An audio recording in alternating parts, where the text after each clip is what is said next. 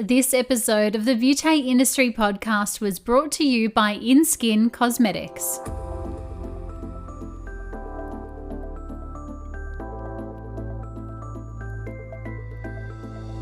Hello and welcome to the Beauty Industry Podcast, your online support community for the professional beauty industry.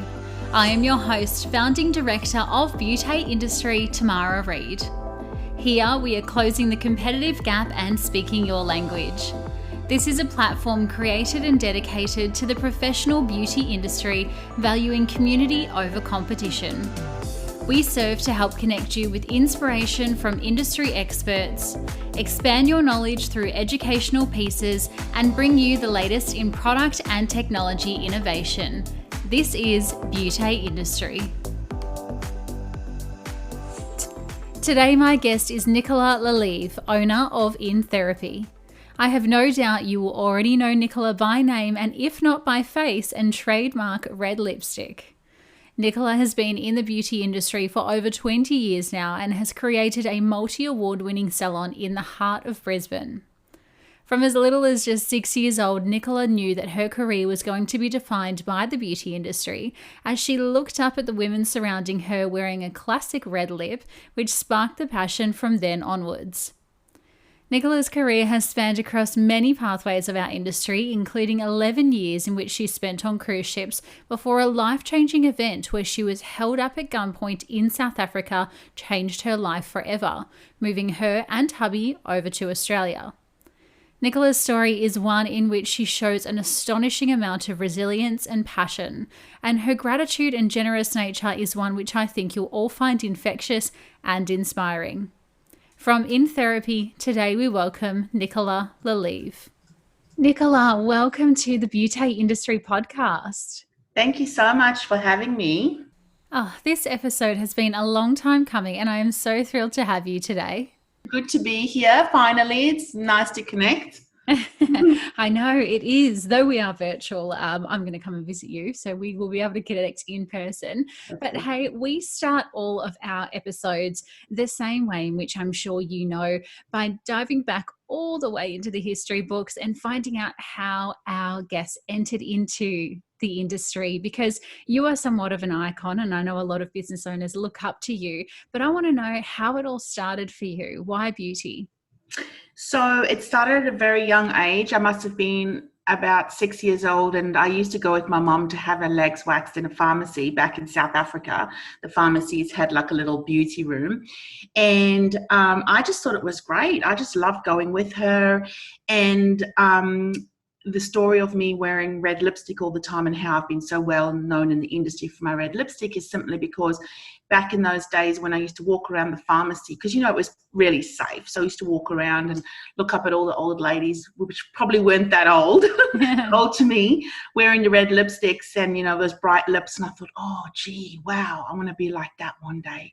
And so that's how the red lipsticks come through during my career, but really started at a young age. And then this lady, her name was Rena, who was my mum's therapist, had told me, you know, take French at school and had been somewhat of a bit of a mentor to me. And I just loved it. And it's just what I've been born to do, I really believe. And I love it. I've never looked back, never regretted being in the beauty. Yeah, I just love it. Yeah. Oh, how special. I love that you've got a moment like that. I mean, even at the age of 6, it's just so very cool how, you know, you kind of idolize these beautiful women with their red lipstick. And now you are the woman with the red lipstick. Yeah. So, yeah, it's very interesting. My career's certainly been I've had a lot of different angles. So when I finished high school, I went to an elite academy in South Africa called Camelot Academy in Johannesburg. And from there, I accidentally went to an interview because actually, funny enough, I went on to work for Estee Lauder casually during the weekends and loved it. And I always say that's where I got my displays in my salon are always pretty schmick, and that's where I learned that, you know, they instilled all those kind of values and habits into me. And so I went to an interview for Steiner that was being held at my college, and next thing you knew, I landed a job on cruise ships. And I went off and everyone said, you won't last, you'll be home after a couple of weeks. And 11 years later, I was going back and forth on cruise ships, and that's actually where I met my husband. in 2006. We're both working on the cruise ship. So my career's been pretty interesting. And then I was going to build a Balinese style spa in Cape Town. I actually had my business plan. And then unfortunately being held up at gunpoint, and then which led me to Australia. So I've had a really interesting career path. Worked in big salons, small salons, chains. I managed two of pure indulgence salons when I first came to Australia before going to InTherapy. So yeah, I've kind of jumped around to a lot of different avenues. Yeah, right. Oh my God, 11 years on a cruise ship. You are superwoman, because they're right. That person who said they're going to break you, you're not going to last in 1 second. It is not an easy role. It's definitely not. And yeah, I just loved it. I loved the travel. And look, it was quite different back in the 1990s. I was actually on a cruise ship that caught fire. Wow. I've got, quite an interesting journey, and a lot happened. And, you would never believe it, but I was actually a really, really shy girl growing up. You would never say it. I was not the one that would walk into a room and start a conversation, and the cruise ships just knocks that right out of you. Mm. So yeah, the cruise ship really taught me a lot about customer service, obviously recommending and retailing and teamwork and all of that. I definitely don't regret it. It was such an interesting path. Yeah. So I absolutely loved it. Obviously, 11 years later, back and forth, different cruise ships all around the world. Yeah, it is the most special and expansive career pathway. I highly recommend it. I mean, once we get out of COVID, anyone who's listening, I'm sure people are going to be so itchy to get back out there and travel and explore. I would absolutely recommend it, just for the life experience, if not anything else. But I want to go back, because you skimmed over being held up at gunpoint. We can't just skip over something like that. What happened there? So I just got engaged to my husband, Eric. He's from the Netherlands. He was a Dutch officer. He was a chief electrical engineer on the cruise ship. So we'd gone to the Netherlands, and I'd met his family, and then we'd gone to Johannesburg. And my niece was getting baptized, and my sister actually lived opposite a church. And we'd gone out that morning and just we were going to go to a bridal shower, like a bridal expo that afternoon.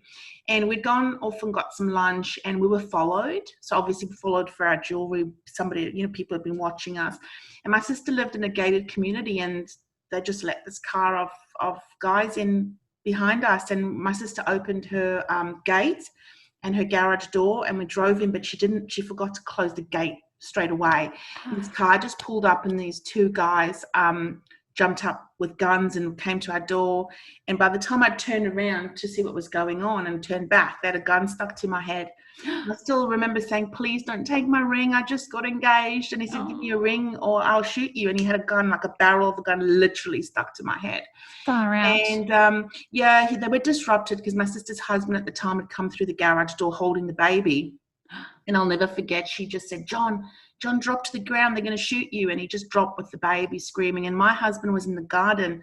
He tried to get through the side gate, which is always opened, and it was locked on that day. Thank God, because they would have shot him. And they got disrupted, and there was a wedding going on opposite at the church, and people coming in for the wedding, and people were watching, and nobody could do anything. Wow. So they left, and we raised the panic alarm, and the security guys came and just went and, never found them.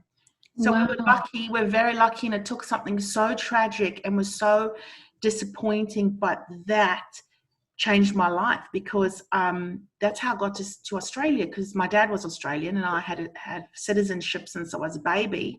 Thank God. So that's how my husband just like, I'm not living in South Africa, forget it. So that's how we came to Australia, and it's changed my life, like something so awful, but it was a blessing in a way. At the time it was awful, but we were all safe, thank God. It wasn't a great experience, but Oh my goodness. So prior to this event happening, you were about to, or had in the pipeline, the Balinese day spa kind of vision, and then this happened, and then you went, actually, maybe not. Oh yeah. So my husband's actually marine engineer. So he was going to work in Cape Town on the ships, and I was going to have this beautiful, I still remember I had my Dermalogica organized and everything I wanted to do. I'd already started buying like Balinese, like statues and things. And It's funny now I live in Australia, which, Bali's such a big kind of travel spot.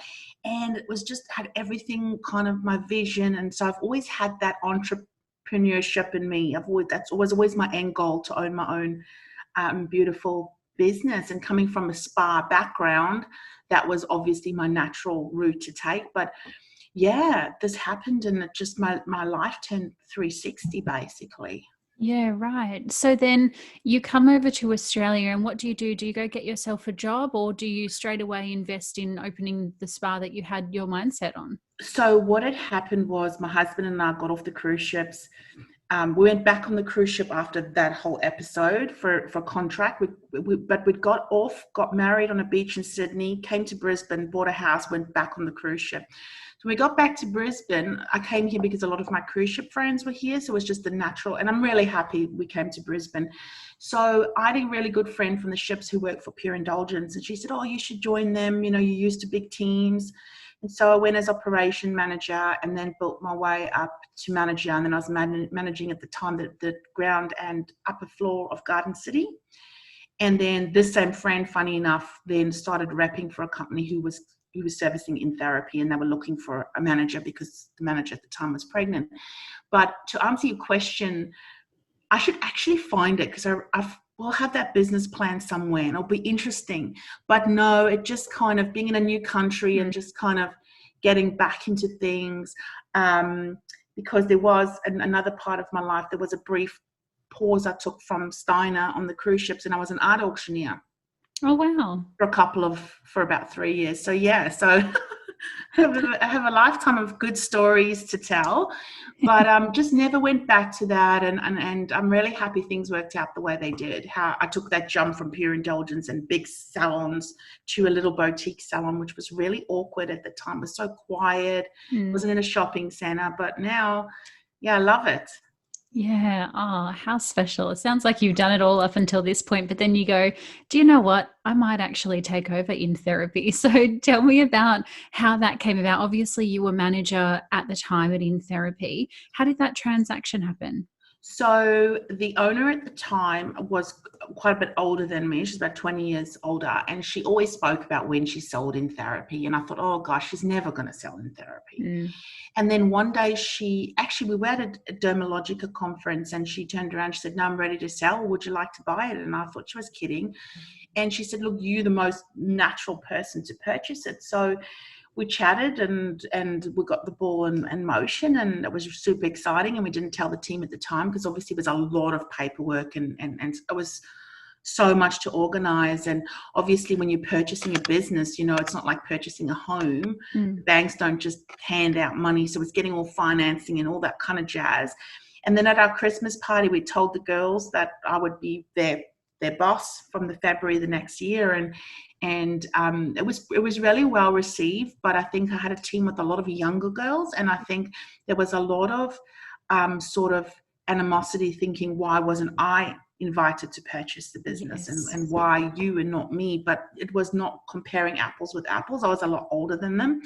So it was very difficult going from a manager to an owner. You would think it would just fall into place, but it didn't, because before I purchased InTherapy, it had a great reputation, but there weren't, we didn't have work contracts and there wasn't consultation forms. It was very kind of laid back, and I obviously implemented all these strategies and things, and it wasn't the same.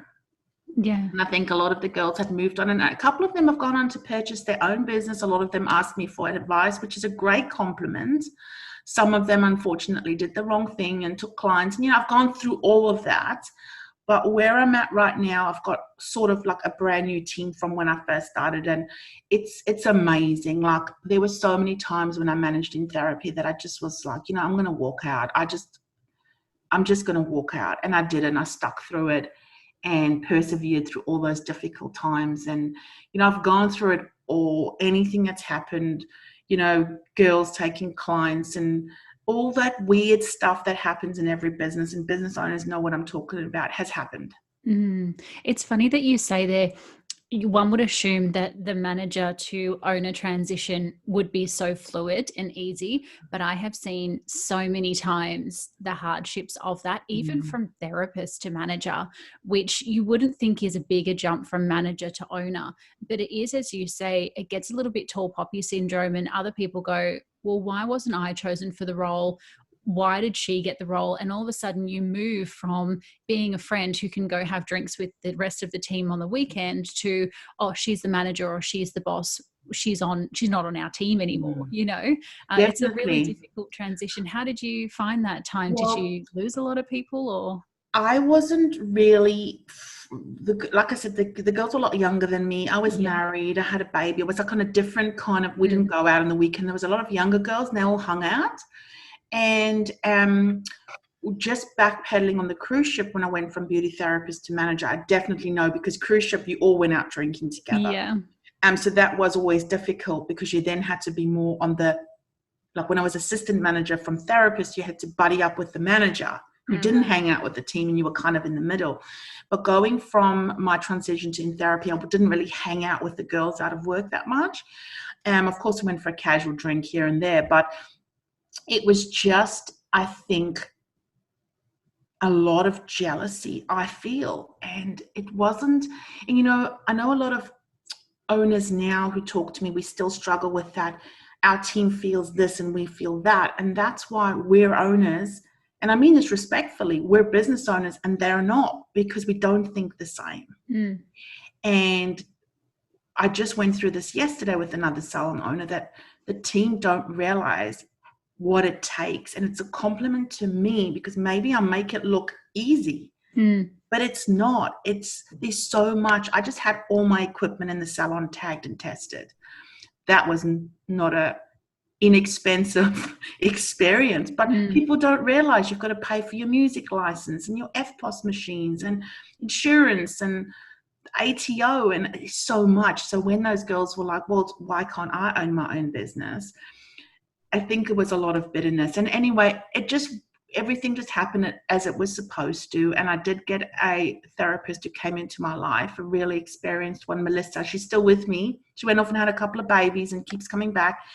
And we always laugh, but she drove them out because she just got there and said, no, you need to support Nicola. Like, you can't be talking behind her back in the kitchen. That's not appropriate. Like, there's always going to be someone saying something about the boss. I get that. But like openly, they were just, there was a lot of that going on. So we stemmed that out and they're all happy now. And a lot of them opened their own business, which is great, but it's not an easy transition.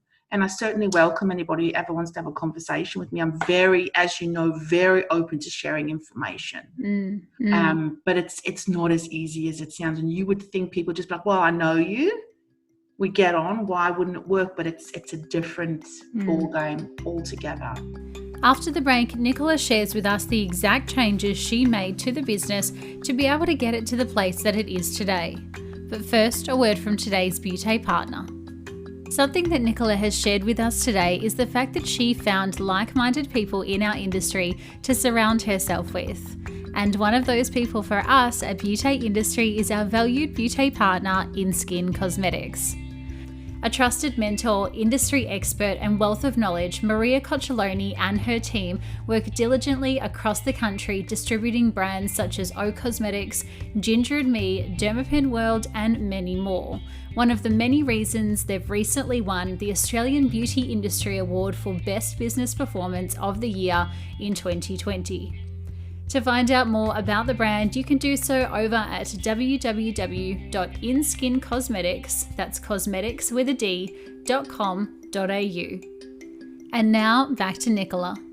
You were saying there that InTherapy didn't really have the policies and the procedures and the systems and the structure that, you have now implemented. And obviously now we know InTherapy to be this award-winning, beautiful space that it is in Brisbane, and it's so highly recognized.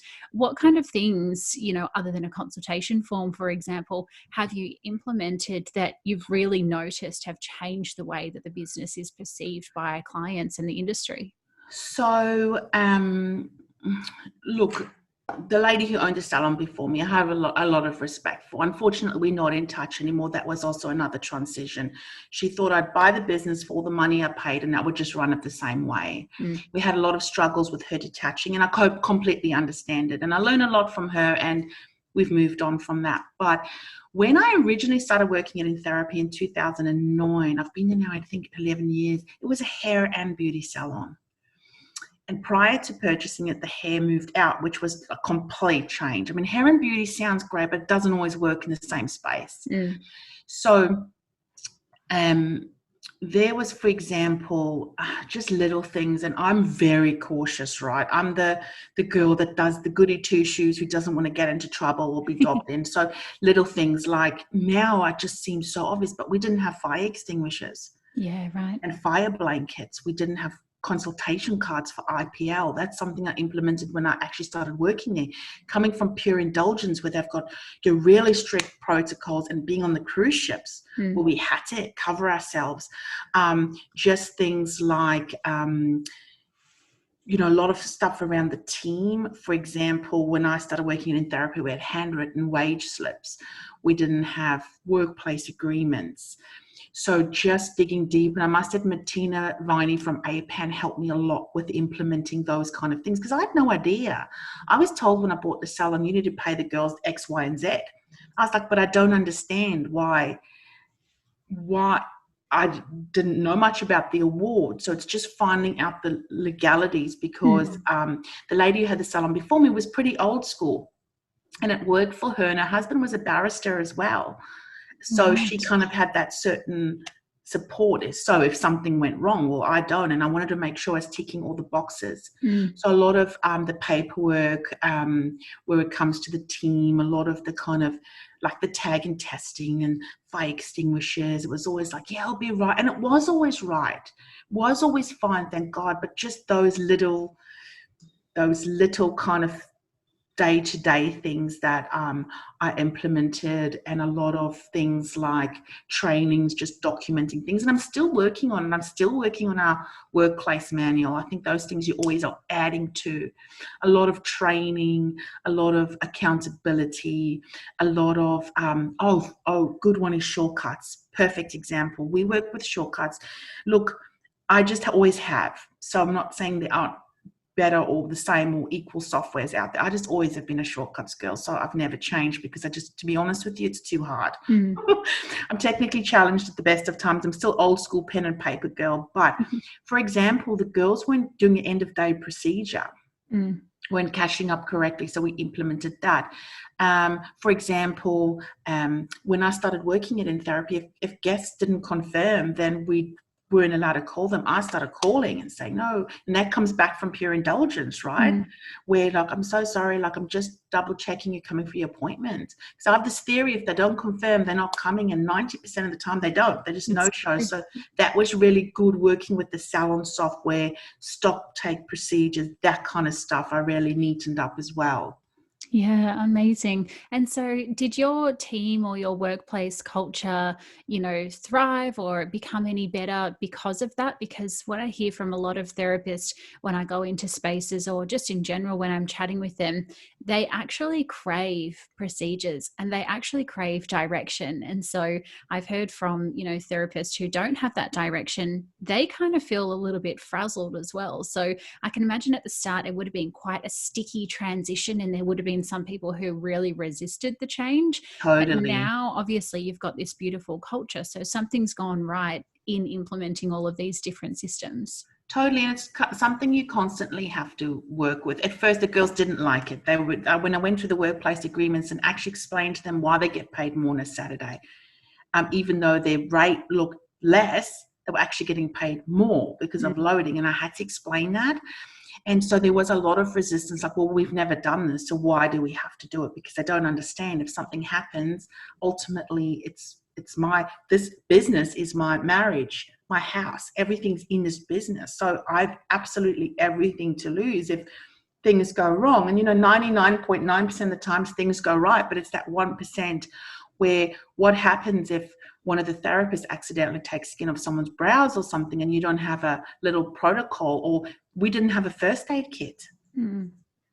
I remember a guest coming in once, she'd been bitten by a dog. Literally, a dog ran out of the house and bit her, and we came in and we were like, oh, scrambling for gauze and stuff. So you can't in 2020. And I'm not saying if I hadn't bought the salon and that particular owner had stayed on, those things wouldn't have happened. But I have to have all those things, and I spend a lot of money. And I know sometimes, like with the tag and testing, I was like, seriously, 61 items I had tagged and tested cost a lot of money. Like, what if something happens to them the next day?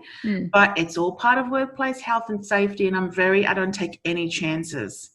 Yeah. And you need to, because also social media, people are so vocal at anything these days. I'm wondering, sorry, go ahead. No, it broke my heart this year. I really wanted to do my RSPCA Cupcake Day. We do it every year. It's a huge success, big community. And I was tempted, and it would have been fine. I thought, gosh, just need one person to say you're doing the wrong thing. And that's why when it came to COVID, that's why we were on Channel 9 and 7, because I was so Nazi with going over the top with everything, because I wouldn't want anyone to turn around and say they did the wrong thing. I would have been mortified. And I'm wondering then, what have been the biggest lessons that you've learned being a business owner? Because I'm sure there's many. I mean, oh my goodness, a client getting bitten by a dog and then running in, that's something you probably thought you would never face. But what have you learned along the way? I've learned that every day is different. You can't control everything that happens, because you just can't. So I've learned that it's harder than it looks. 100%, because even I looked up to the owner and thought, gee, yeah, I can do this. Even from being a manager, I was like, that's not hard. I didn't know about the ATO. I was like, who they? So I have learned that you can't sweat the small stuff, and you got to choose your battles.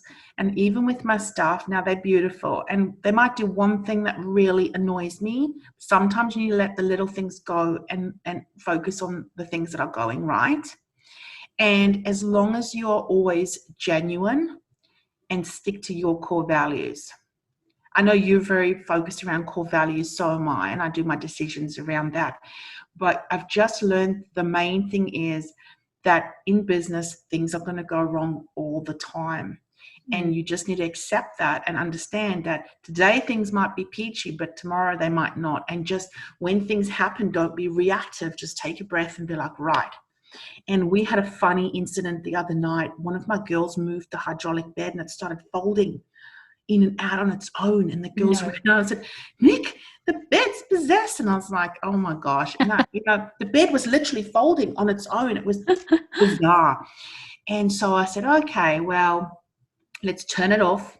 I'll deal with it tomorrow. It's late now. Let's move into another room and quickly set up as a team and get your guest in. And like, when I first bought the salon, things like that would have freaked me out, but you just have to not be as reactive and just realize every day small things are going to go wrong.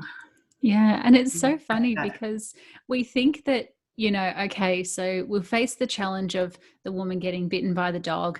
And if it happens again, we'll know what to do. But chances of that happening again don't happen. And then we get the bed thing going crazy in and out. And then we go, okay, now we know what to do for this. And if that happens again, but it's always a new challenge. Yeah, you can't have this like blueprint of, if this goes wrong, go to this page, because there's weird stuff going on. Like, even though we have a stock take procedure, the other day, someone went to do a lash lift, and guess what? We have no of the little solutions. So luckily I'm friends with all the salon owners around me, and I'm very community over competition. I rang one of the salons and said, oh my gosh, can you help us? And they're like, of course, because we're nice to everybody, and we do the same for them, and so on. So you just go, right, what can I do right now to make this better? And that's just what I've learned. Yeah, big lessons. So I want to ask you about Tender Loving Beauties, because as if owning a business isn't hard enough, now you go and work with a charity, and you're just such a giver of a human, which I love. But tell me about that. Why did you want to do that? And then how do you even start that initiative with a hospital? So what had happened was, when I was in college back in 1998, which was a long time ago, I think most people weren't even born then, but okay. We used to go as part, so I did a 2-year diploma and specialized in reflexology and aromatherapy. And we used to go to a place and donate, like, practice on people. So where we went, we worked on anorexic girls, and it was,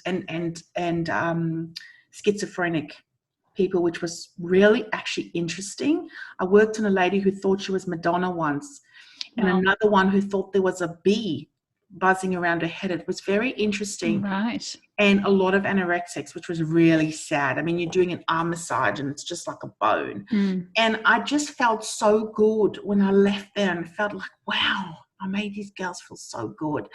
And I always stuck with me, and I've always wanted to give back. And we have a client who's very involved in charity, and Hummingbird House, she did a big lunch once, and the money all went to them, and we sponsored that lunch as InTherapy. And I always wanted to do something. And I had a guest come in who said, I said, I haven't seen you for so long. She said, yeah, I know the girls called me, but I was actually bedridden in hospital. I was going to have a baby, but she had one of those things where your uterus is, they had to do a stitch or whatever. I don't know the exact word. And she said, I was in this ward with all these girls with babies and premature babies, and I wish someone had come and waxed my brows, and I was all alone, and I had to call Uber Eats. And she was in hospital for like 5 months, like bedridden. Wow.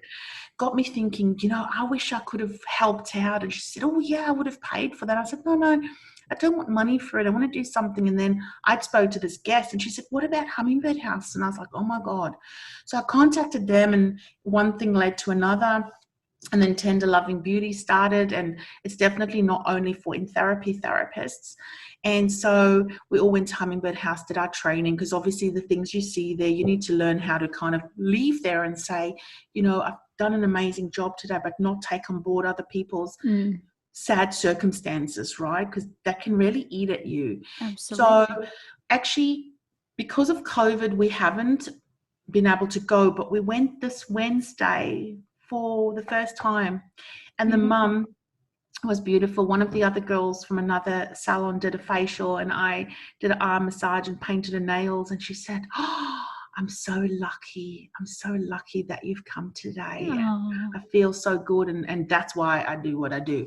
And so it starts with Hummingbird House, but my goal is now to cross-pollinate. I want to go to old age homes and look after the old nannies there that, don't have family, or sadly might have been just left there and no one visits them. I want to go there and give them hand massages and chat to them. Yeah, so we want to grow it in Brisbane to other charities, and then hopefully to the rest of Australia. So that's my long-term goal, and that's my legacy I want to leave to the industry.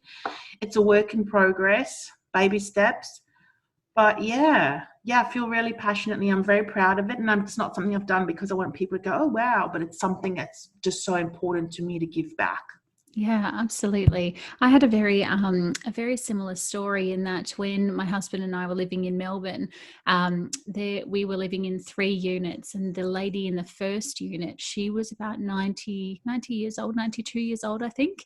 And when we moved in, she was just so excited because, in fact, the lady who lived in before us, she passed away. So that was her friend, and so she was so excited to see, a young new couple coming in. And when I said to her, I'm a beauty therapist by trade, she said, oh my goodness, you can't do my eyebrows, can you? And I said, yeah, of course. So I'd take my little wax pot over and I'd do her eyebrows, and I'd tint and, get all the hairs off her chin. And she got really sick and she had cancer, and she phoned me and she said, Tamara, I'm in hospital. I'm not doing well, but, I look so gross. Can you come to the hospital and just give me a quick wax? And I said, yeah, of course. And so I went in and did the brows and the tinting and everything. And she actually passed away the next day. But I know it was so sad, but her family called me and they said she was so happy after you left. You just made her day, and that is just the most special thing. And so when I saw you actually doing this as kind of like a business venture, I thought, yes, how important is that? It's so good. And growing up, my mom's very giving, very giving. And mom and I used to go, we had an old age home close to our house. And mom and I used to go like a Sunday every month. And mom and I we had these little vases, and we used to go into their dining room and pop a little rose or whatever, little posy on each of their table. And all the old biddies loved it because no one does anything like that for them. And, that's their life. They look forward to going to have their breakfast and their lunch and having that flower on their table, just brighten their day. And I think I feel very strongly about supporting a community, and everybody needs to look after each other, Yeah. Yeah, Yeah, very absolutely. strongly. Well, hopefully, once COVID kind of organizes itself, we can put a call out to our community and expand this for you. I'd love to, Definitely. yeah, I'd love to rally for you. Thank you Now, so much. that's all right. You were talking about your legacy, and I need to ask you, what is next for you? Because I know you have a lot in the pipeline. You've just invested so much into your business. You've rebranded. You've done the website. You know, you're really becoming kind of a figure on your own, even separate to In Therapy. But tell me, what does the future look like? I guess. Well, it's funny you said that, and thank you for recognizing, because that's exactly the look I'm going for. I love In Therapy. I don't see myself selling that business for forever. Like, and you know, it's not even on my radar. I love In Therapy, and I've got to a point now where I've got a fabulous team, and I can step out and do some other ventures. And as you know, I've just co-authored a book with 27 other businesswomen called Back Yourself, and it's super exciting. It's going to be out in time for Christmas, and it's an awesome collaboration. So who knew I was chosen amongst 200 other women, and who knew that people were so interested in my story? It's Wow. just my story, right? And so I sat down and wrote this chapter, and in true Nicola style, overthought it. And actually, my chapter, there's a story about a segment in my chapter about analysis paralysis. And everything I write about is exactly what I experienced and how I overcome it. And who would have known I found so much passion in writing? I would have never thought of it. So for me, I definitely want to step out, and I'm looking at, in the next year or two, writing my own book about my story. Wow. And the title will have something to do with red lipstick. I'll just throw it out there. And one of the quotes I use a lot is how I feel when I put on my red lipstick. I put on a superhero cape, and I can be transformed into anybody. So the book's going to be something along those lines. So that's something I'm working on. And this book has definitely, funny enough, been the stepping stone to then bringing out my own book. And I then want to venture into some inspirational speaking. I don't want to be a coach or anything like that. I want to go to, women's brunches and high schools and events and talk about my story and inspire other women just with my stories. And when I speak to people, they say, you've inspired me so much. And I thought, well, I'm just telling my story. So I thought that would be something great. I'd really like to be invited to events and speak. Yeah, absolutely. And That's on even, my radar. yeah, well, I mean, just from this conversation, I definitely know that you are inspiring. I mean, the story that you tell of, being tenacious and being resilient and, getting set back and, plummeting through all of that mess, and still being on the other side with a smile on your face, still willing to give back. That's an inspiration in itself. Thanks. Well, actually, I got the best email yesterday. One of the girls is in the book with me. I sent her my chapter, and she said, I love it, because each of us are writing a chapter. And she sent me an email yesterday morning and said, oh, I hope you don't mind, but I've got a client. He's a male. He's really struggling this week. Oh. I read him some snippets from your chapter. I hope you don't mind. And I said, of course not. And she said to me, he's disappointed that the book is geared at women. He's going to buy it anyway. But he said that he wanted to read your whole chapter. And he said, that he found me really inspiring and really related to what I was saying. And that's what I want to do. I want people to walk away and say, you know what, that's incredible. And even my struggles with anxiety, I have no secret about that. I struggle with generalized anxiety disorder. I struggle with it every day, from being held up at gunpoint, from having depression when I was 15 and trying to commit suicide. Like, I've got a lot of stories and I've learned from it. And I'm very open about my journey. I think if I can speak to people who are struggling with the same thing and show how I've overcome it, and it is really about finding the strength inside you, because, that's the only way you're going to get through. I really want to inspire people with my stories, Yeah, absolutely. And it's interesting because sometimes I mean, in this interviewing process, I think, oh, that person is so inspirational and they've achieved so much. And then I get with them on a conversation on this episode and I go, oh, that was a bit flat. Like they just got from A to Z and that's it. But then I speak with other people who I think, oh yeah, this is, a nice little homegrown kind of backyard story. And all of a sudden I get off the episode and I go, oh my goodness, that was the best conversation I've ever had. So I think the key word there is just being relatable, because you are a business owner who's in there every day doing the job. And a lot of people are going to relate to that because they're feeling the exact same way with the changeover of the management, the depression, the anxiety, the uncertainty, and it's real. 100%. And I think a lot of people in our industry and in general just aren't uniquely themselves because of whatever reasons, right?